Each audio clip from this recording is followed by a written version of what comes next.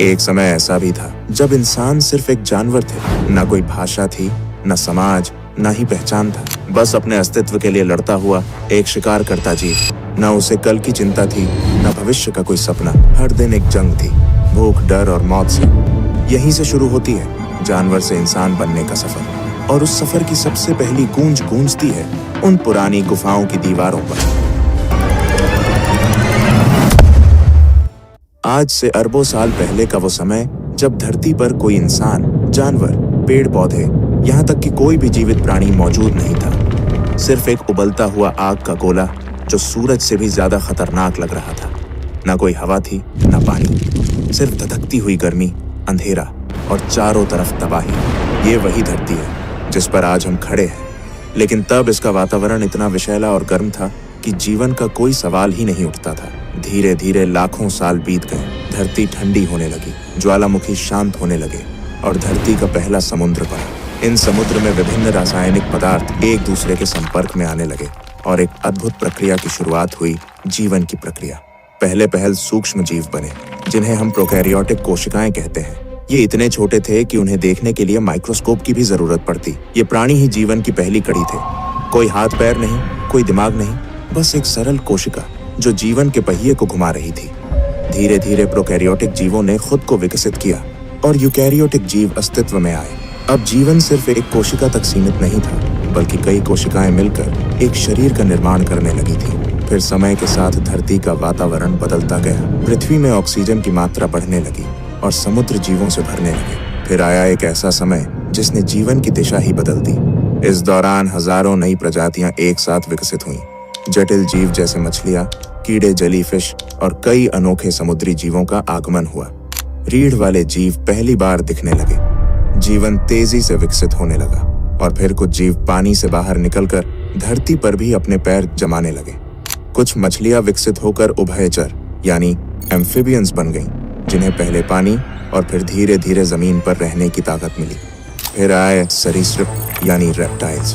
ये वो जीव थे जिन्होंने धरती पर राज करने की शुरुआत की। इन सभी के बीच धीरे धीरे विकसित हुआ एक ऐसा समूह जिसने आगे चलकर पृथ्वी के सबसे बड़े साम्राज्य को जन्म दिया, डायनासोर। धरती का सबसे दिलचस्प दौर जब डायनासोर पूरी पृथ्वी में राज करते थे, जो लगभग 23 करोड़ साल पहले शुरू हुआ था।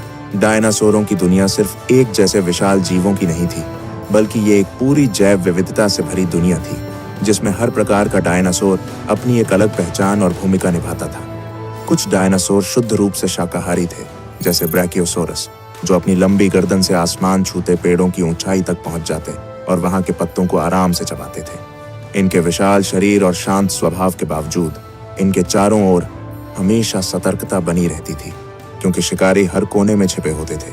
वहीं ट्राइसेराटॉप्स जैसे डायनासोर अपने बड़े और मजबूत सींगों के साथ नजर आते थे, शांत स्वभाव वाले, मगर जरूरत पड़ने पर अपने दुश्मनों से टकरा जाने वाले योद्धा। दूसरी ओर मांसाहारी डायनासोरों की दुनिया कहीं ज्यादा खौफनाक थी। टायरेनोसोरस रेक्स को कौन नहीं जानता, विशालकाय जबड़े, नुकीले दांत और राक्षसी ताकत, जिसने इसे अपने समय का सबसे खतरनाक शिकारी बना दिया था। पर इससे कम खतरनाक नहीं थे वेलोसिरैप्टर्स, जो आकार में भले ही छोटे थे, मगर चालाकी, तेजी और टीम वर्क से अपने शिकार को चौंका देते थे। लेकिन डायनासोरों की कहानी सिर्फ धरती तक सीमित नहीं थी। कुछ ने आसमान में उड़ान भरी, जैसे प्टेरोडैक्टाइल्स और क्वेट्ज़लकोअट्लस, जिनके पंख इतने विशाल थे कि लगता था जैसे पूरा आकाश ही उनके कब्जे में हो। ये उड़ने वाले डायनासोर शिकार करने के लिए या लंबी दूरी तय करने के लिए आसमान में इधर उधर मंडराते रहते थे।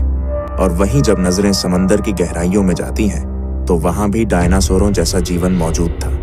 मोसासोरस जैसे समुद्री शिकारी अपनी ताकतवर पूंछ और जबड़ों से पूरे समुद्री जीव जगत पर राज करते थे, जबकि प्लीसियोसोरस अपनी लंबी गर्दन और तेज तैराकी के साथ गहराइयों में शिकार की तलाश में निकलते थे। यानी डायनासोरों का युग धरती, आकाश और समुद्र तीनों में फैला हुआ था और हर जगह वे अपनी अपनी दुनिया के बादशाह थे। डायनासोरों का साम्राज्य करीब 18 करोड़ साल तक चलता रहा, लेकिन फिर करीब 6.5 करोड़ साल पहले धरती पर एक विनाशकारी घटना घटी।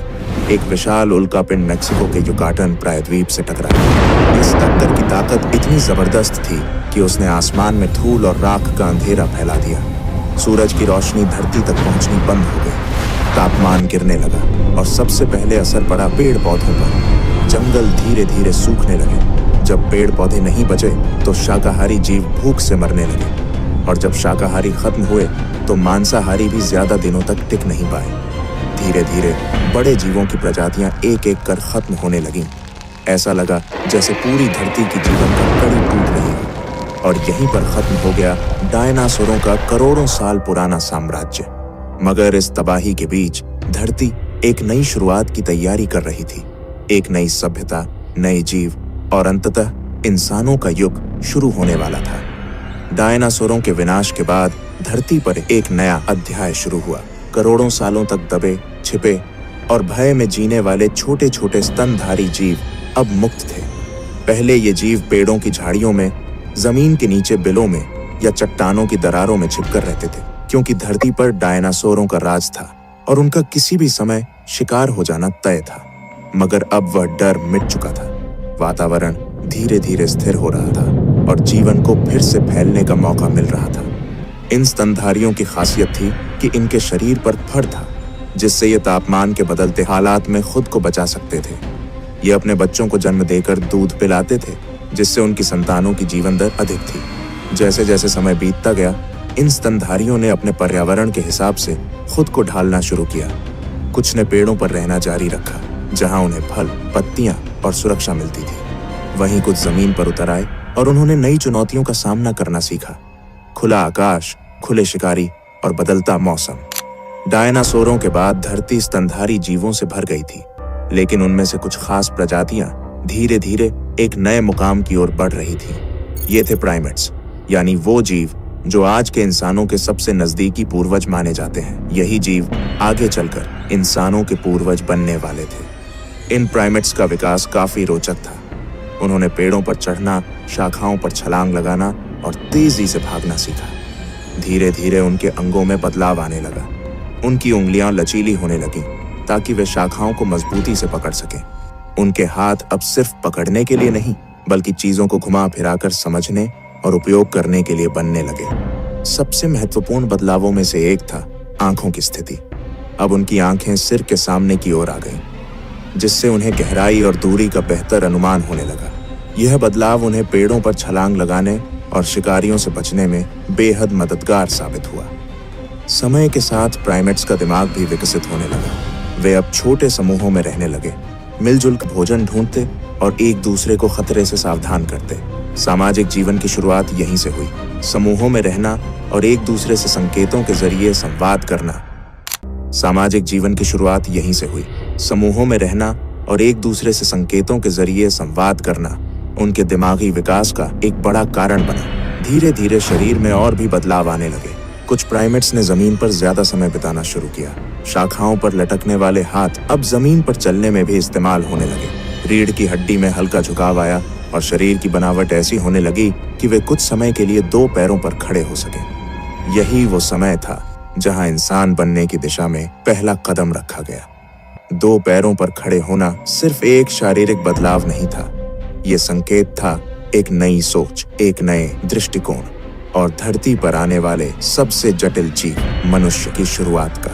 आज से लगभग 20 लाख साल पहले इंसानी विकास की यात्रा ने एक नया मोड़ लिया। होमो इरेक्टस का उदय हुआ, जिसका अर्थ है सीधा खड़ा होने वाला मानव। यह हमारे पूर्वजों की इवोल्यूशनरी कड़ी में एक बेहद अहम पड़ाव था। होमो इरेक्टस न सिर्फ दिखने में पहले के प्राइमेट्स से अलग था, बल्कि इसकी क्षमताएं भी कहीं अधिक विकसित थीं। इनका मस्तिष्क पहले की तुलना में बड़ा और अधिक जटिल हो चुका था, जिससे सोचने, समझने और समस्याओं को हल करने की क्षमता बढ़ी। इनकी सबसे खास बात थी इनका शरीर।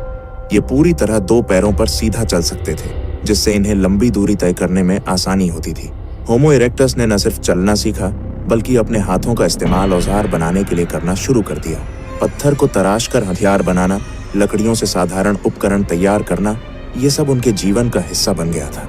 लेकिन जो चीज उनके जीवन में सबसे बड़ा बदलाव लेकर आई, वो थी आग का प्रयोग। आग को नियंत्रित करना और उसका इस्तेमाल करना मानव इतिहास की सबसे क्रांतिकारी खोजों में से एक था। इससे खाना पकाना संभव हुआ, जिससे भोजन को पचाना आसान हो गया और पोषण भी बढ़ा। आग ने उन्हें ठंड से बचाया, जिससे अब वे ठंडे इलाकों में भी जीवित रह सकते थे और सबसे अहम, आग ने उन्हें रात के अंधेरे और जंगली जानवरों से सुरक्षा दी। इस सब के साथ साथ एक और सामाजिक बदलाव हुआ। अब लोग आग के चारों ओर इकट्ठा होने थर नहीं, बल्कि हाथ कुल्हाड़ी, नुकीले भाले और पत्थर की चाकू, खुरचनी जैसे औजार तैयार किए जाने लगे। ये सिर्फ औजार नहीं थे, बल्कि यह इस बात का प्रमाण थे कि इंसान का दिमाग अब पहले से ज्यादा विकसित हो रहा था। वह अब अपने पर्यावरण को समझने और उसे अपने अनुसार ढालने लगा था। समूह में रहने के अपने फायदे थे। भोजन मिल बांट कर खाया जाता, बच्चों की देखभाल पूरी टीम मिलकर करती और बीमार या बूढ़े सदस्यों की जिम्मेदारी भी सब मिलकर उठाते। यह सामूहिक जीवन इंसानी समाज की नींव बन गया। अब इंसान गुफाओं में रहने लगा था। अंदर आग जलाकर रात बिताना, ठंड से बचना और सुरक्षा महसूस करना, ये गुफाएं इंसानों के पहले घर बन चुकी थीं। लेकिन गुफाएं सिर्फ ठिकाना नहीं थीं, ये अब पहली कला की जन्मभूमि बनने वाली थीं। दुनिया भर की पुरानी गुफाओं में आज भी ऐसे चित्र मिलते हैं जिनमें हिरन, भैंसे, हाथी और इंसानों की आकृतियां उकेरी गई हैं। इन चित्रों ने इतिहास को एक नया आयाम दिया, क्योंकि अब इंसान केवल जी नहीं रहा था, वो सोचने, महसूस करने और अपनी भावनाओं को व्यक्त करने लगा था। ये पहली बार था जब मानव ने अपने विचारों को दीवारों पर उकेरना शुरू किया, और यहीं से कला, संस्कृति और आगे चलकर पूरी सभ्यता की शुरुआत हुई।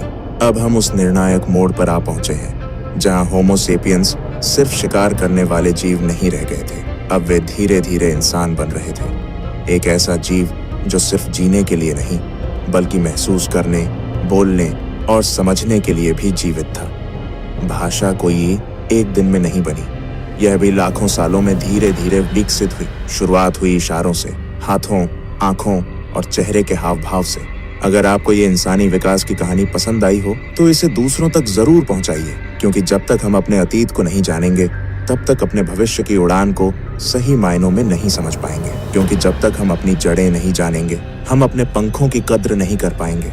तो वीडियो को लाइक करें, चैनल को सब्सक्राइब करके हमारे साथ जुड़े और कमेंट में बताइए आपका क्या मानना है।